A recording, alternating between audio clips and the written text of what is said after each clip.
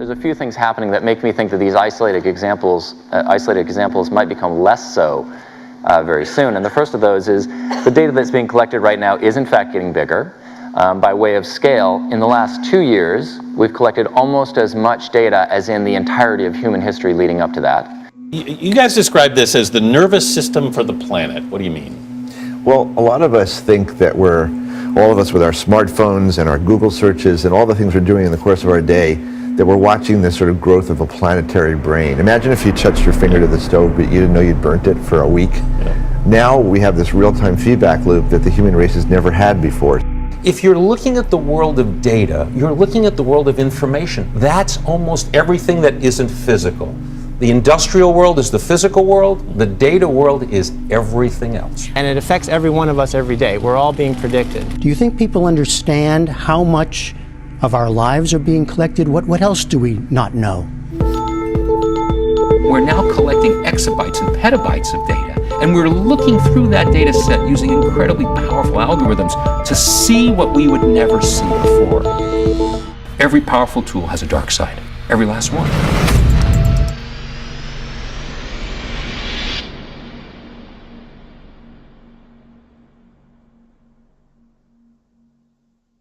I think that McKinsey report also said that the Internet of Things will be a market that was bigger than the entire economy of the world.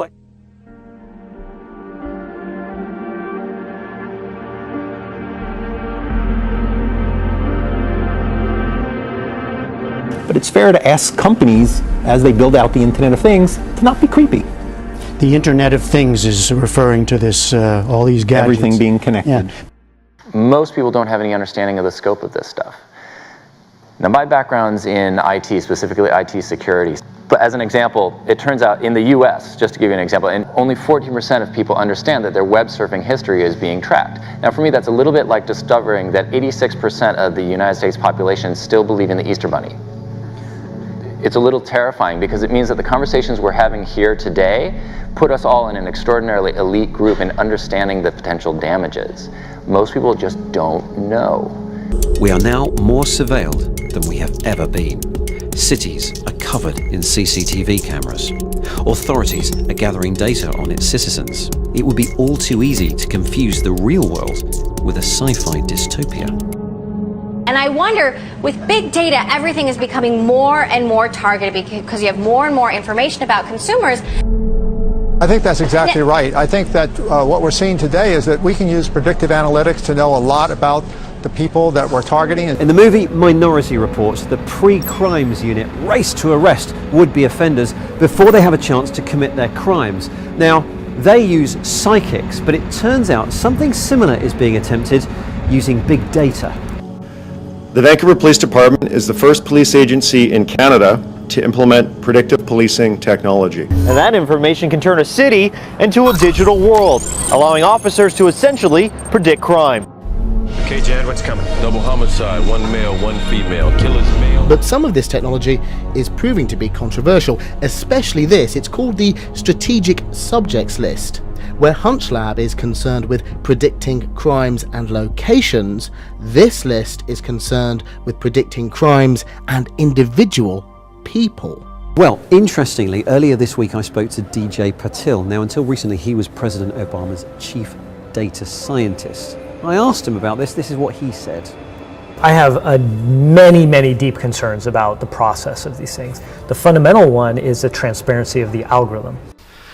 And so what was interesting is that, of course, when we are looking more specifically at automation and algorithms and the questions around it, of course there are many difficulties in identifying how, in many different cases, where automation and algorithms are actually used and take place. And one of the most frustrating things I found during the course of preparing this study that will hopefully come out sometime this year and for which I'm the rapporteur, the fact of automation is very frequently, in my experience, lied about or is not acknowledged, the amount of automation and the amount of automated decision making that takes place within society. And so one of the things that we found is that we're surrounded by quasi-automated decision making, situations like the one that I'm mentioning, where the decisions are basically made by computers, but by current legal standards wouldn't be considered as such, because somewhere at some small process there is a human being in the loop. So we can pretend to ourselves that everything's okay, we're not surrounded by automation, and the world is a wonderful place. Now, of course, that's not true. When you start looking at these things in greater detail, you realize there's no reason to justify that. Yet still, this is an issue that we increasingly face, both defining the scope and the size of what we're going to be looking at. Because I think you need to start acknowledging that automation and automated decision-making procedures are far more prevalent in society than we previously, as scholars, as policymakers, as people within society, been willing to acknowledge. Yeah. So is any country, other country to use the predictive technology for this? We're the first in Canada. There is some predictive technology down in the United States. It's a different system. We've developed our own here in Vancouver that works for our city. Korean police officers will soon implement AI technology to prevent crimes from happening and automatically track down criminals. I don't know, they might be approached if they seem suspicious without any kind of good reason. So that would be my concern, is just like creating a culture of surveillance. Violent crime in Chicago has seen a dramatic increase. 15-year-old male shot in the neck. Those shots fired at her. Tom and this one just coming in. 5 shots fired. Send me a wagon with a body bag also. The response from Chicago's police department is a new initiative driven by technology, which aims to predict where crimes are likely to occur.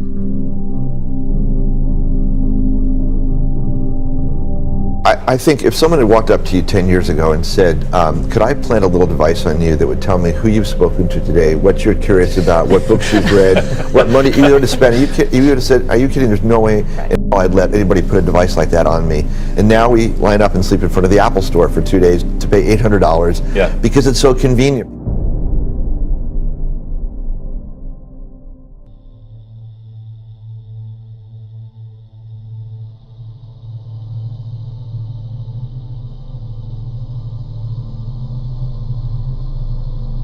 What is your take on the Chinese government publicly ramping up its efforts in AI? This is a clear directive coming from the top ranks of the Chinese government saying we want to be the global leader in this area.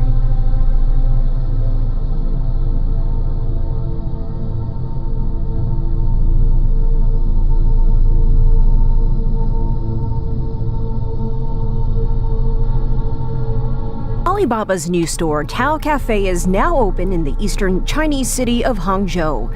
Customers scan a QR code from their phones when they walk out. When they leave, facial recognition technology identifies the customer and their accounts are automatically charged.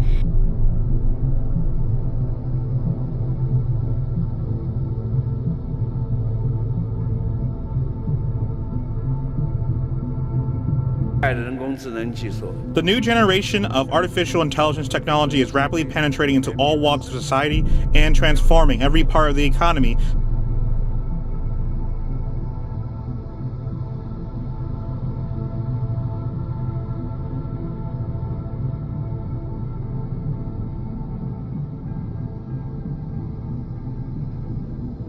I think we live in a world now where highly sensitive information are all over the place. They're accessible to a large number of actors without our knowledge or consent. We are surrounded by vulnerable connected devices and networks. And the last point is our interaction, our very intimate lives are increasingly shaped by decisions that are made by inherently opaque artificial intelligence.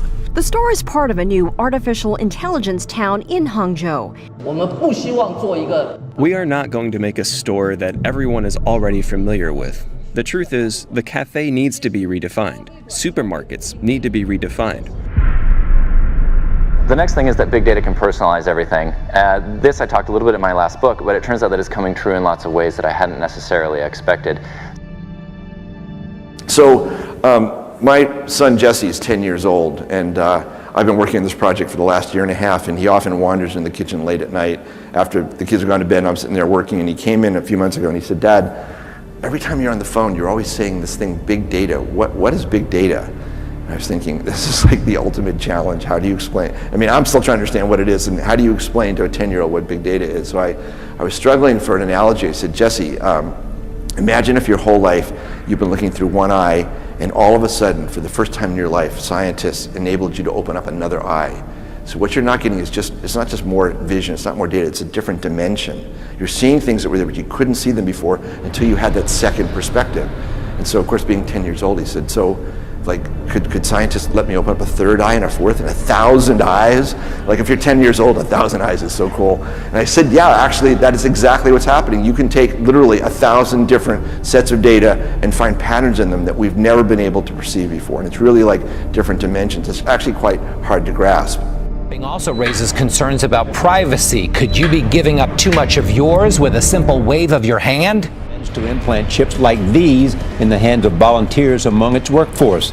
It is vying to become the first company in the US to microchip employees. The summit's right out of 1984, but Jamie Yuccas found willing workers in 2017. Do you think this is the future? It is the future.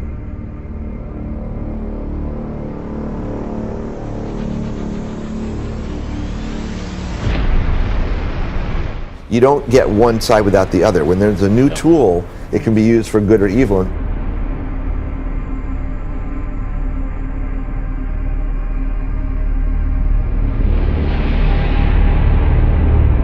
You know, what the employees who have signed up say, it's just convenient. You know, the idea is you just wave your hand. And designed to replace the traditional keypad for opening doors, using the copier, even buying food in the cafeteria.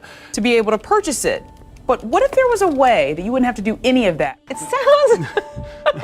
sounds a bit like a plot point in a dystopian novel. Right. That whole, I know it's very futuristic, I get it, but I think what's wrong with just taking out your card? But good for them. I think it's the wave of the future, that we'll all have implanted chips that have our medical records. The question now is what do we do from here? And the answer, I think, is that we do what we are doing here now. We talk to each other, we try and figure out how to get other people to talk about it, and we try and get society at large to recognize that this is a critical issue. Now there's, I think, a really critical timeline on all of this. Right now, only about 1/3 of the planet is online. So that's us and a few other people.